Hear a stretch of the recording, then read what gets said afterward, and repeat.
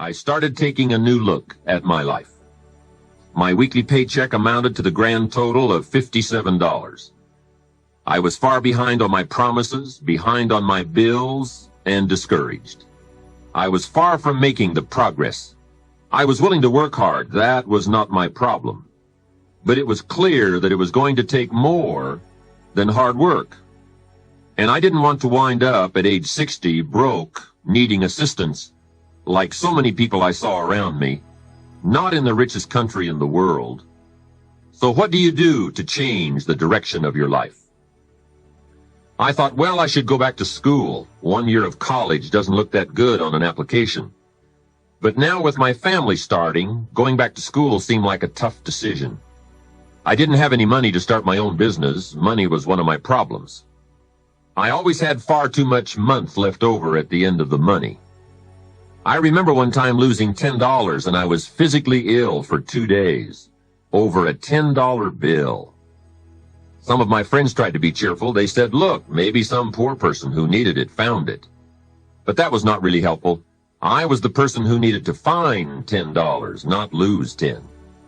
So that's where I was at that time in my life, behind on my dreams, and constantly wondering what I could possibly do to change my life for the better. Well, at age 25, good fortune came my way. And many times it's difficult to explain good fortune. Why do unique things happen to you when they do?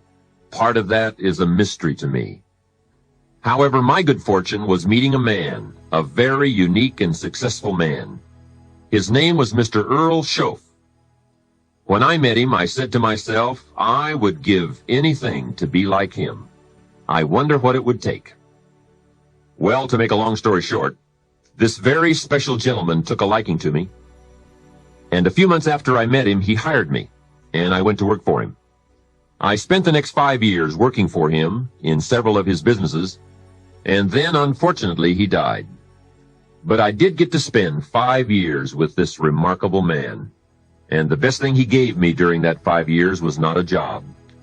The best thing he gave me was the benefit of his philosophy, the fundamentals of living successfully, how to be wealthy, how to be happy. And sure enough, his ideas worked for me. So I will always be grateful for meeting someone who made a difference in how my life worked out. I am sure if Mr. Schoaf were still alive, I would have called him one more time today and thanked him for sharing the ideas and inspiration that changed my life. For many years, I shared this philosophy for wealth and happiness with my business partners and met with equally exciting results. I am primarily a businessman, not a professional public speaker. But I have been intrigued with the challenge of trying to put into words the ideas that can make a difference in how a person's life works out. And now I have the chance to share these ideas with you. I don't claim to have all the answers on how to do well, but I do have some answers that have worked extremely well for me and thousands of others. Take these ideas and edit them all you wish. You certainly don't have to buy everything any one person says. But give me a chance. If something sounds good, try it. If it doesn't make sense, discard it. Remember, don't be a follower, be a student. All the ideas we'll discuss in these cassette sessions will stem from a group of very important key concepts. I'd like to begin this session by briefly but clearly looking at each of them. It is the key word in making our lives work well. Fundamentals, those basics that build the foundation for accomplishment, productivity, success, and lifestyle. Fundamentals form the beginning, the basis, the reality from which everything else flows. And remember, there are no new fundamentals. Fundamentals are old, well established. Beware of someone who claims to have a new fundamental. That's like someone who claims to manufacture antiques. We would have to be suspicious, right?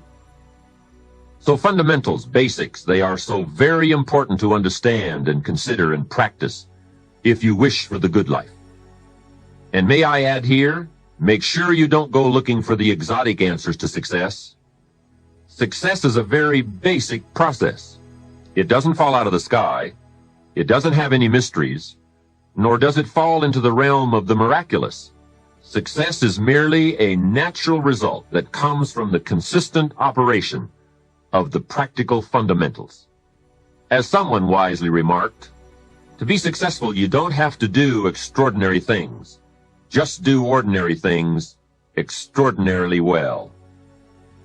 Mr. Schoaf, my teacher, gave me many great phrases I'll always remember.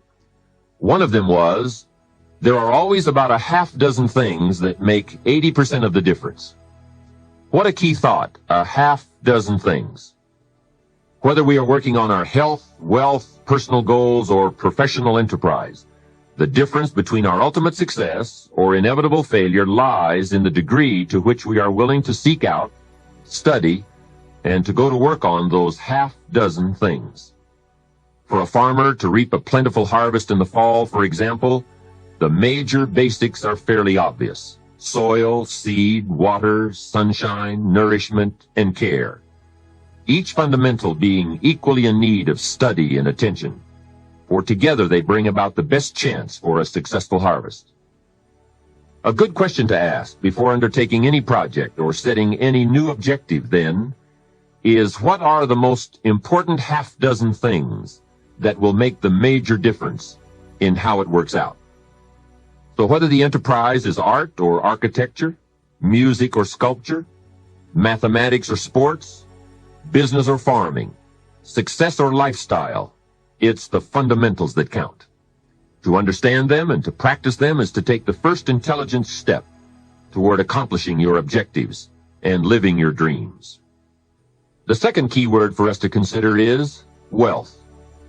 Wealth is a word that brings about a wide variety of mental images, and that is part of my purpose in these cassettes, to provoke that wide variety of mental images, for that is where the dreams are, that is where the inspiration comes from, and that is where true incentive is born. The mystery and mixture of mental image, the stuff and the staff of life. Its right use, its constant use is the way to a life unique and a life abundant.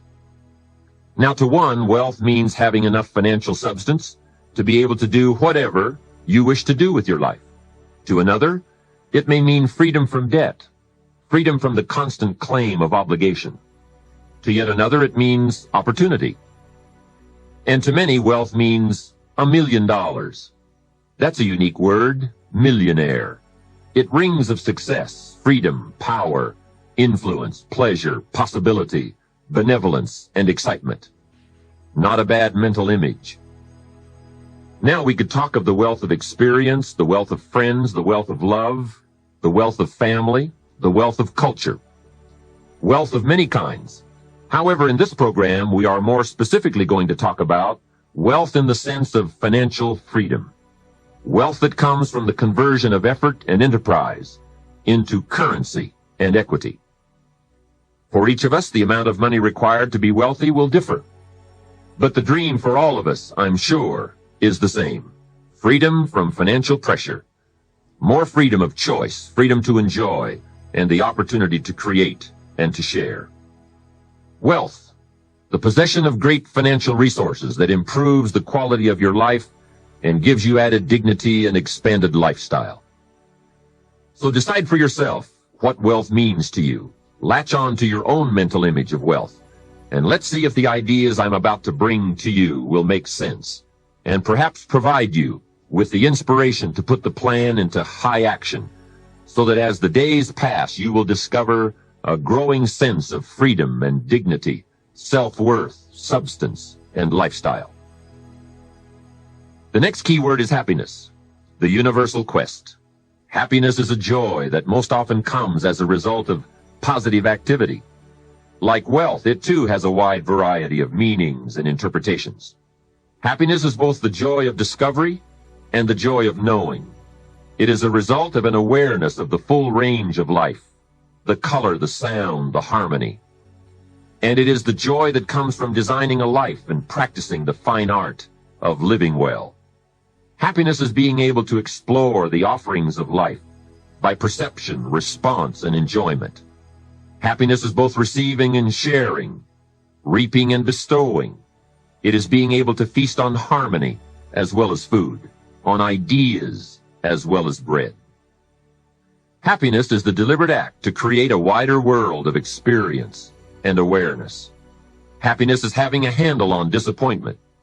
It is being in control of both emotion and circumstance. Happiness is freedom from the negative children of fear, such as worry, low self-esteem, envy, greed, anger, resentment, and so on. Happiness is an awareness and a grasp of the positive power of life and loving values. It is an order of thought, activity, and lifestyle. Happiness is values in balance. It is contact with people of substance. Happiness is contentment with the tasks of your life. It is thought inspired by, organized with, and rooted in your personal philosophy. Happiness is a life well lived, in which a wide variety of experiences are deliberately captured to become an invaluable form of currency for you to spend and invest in your own better future. Happiness is activity with purpose. It's love in practice. Happiness is both a grasp of the obvious as well as an awe of the mysterious. But for most people around us, happiness seems to be either something left behind or something yet to be discovered. Like all the good things in life, happiness is elusive by nature, but not impossible to capture. A major key for bringing joy into our lives lies in the next word we shall briefly examine: discipline.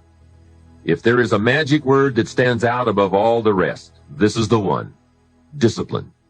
And in this program, you'll discover how positive this word is. Discipline is the bridge between thought and accomplishment, the bridge between inspiration and value achievement, the bridge between necessity and productivity. Remember, all good things are upstream. The passing of time takes us adrifting, and drifting only brings us the negative, the disastrous, the disappointment, and the failure. Failure is not a cataclysmic event. It is not generally the result of one major incident, but rather a long list of accumulated little failings. Failing in life is failing to think today, failing to act today, failing to care, to strive, to climb, to learn, to keep trying day by day. If your goal requires that you write 10 letters today and you write only 3, you are down 7 letters. If you want to make 5 calls and you only make 1, you are down 4 on calls. If your plan calls for saving $10 today and you save none, you're down $10 today. Now the danger is looking at an undisciplined day and concluding that no great harm has been done. It doesn't seem like such a bad day. But add up these days to make a year, and then add up those years to make a lifetime, and perhaps you can now see how repeating today's small failures can easily turn your life into a major disaster. Success, on the other hand, is just the same process in reverse. If you plan to make 10 calls, and you end the day making 15, now you're up 5 calls. If you then get up a few on letters, move up the savings numbers, you can see what a massive difference it could make in a year, and what wealth and accomplishment awaits for a lifetime. Discipline is like a set of magic keys that unlocks all the doors of wealth, happiness, sophistication, culture, high self-esteem, pride, joy, accomplishment, satisfaction, and success.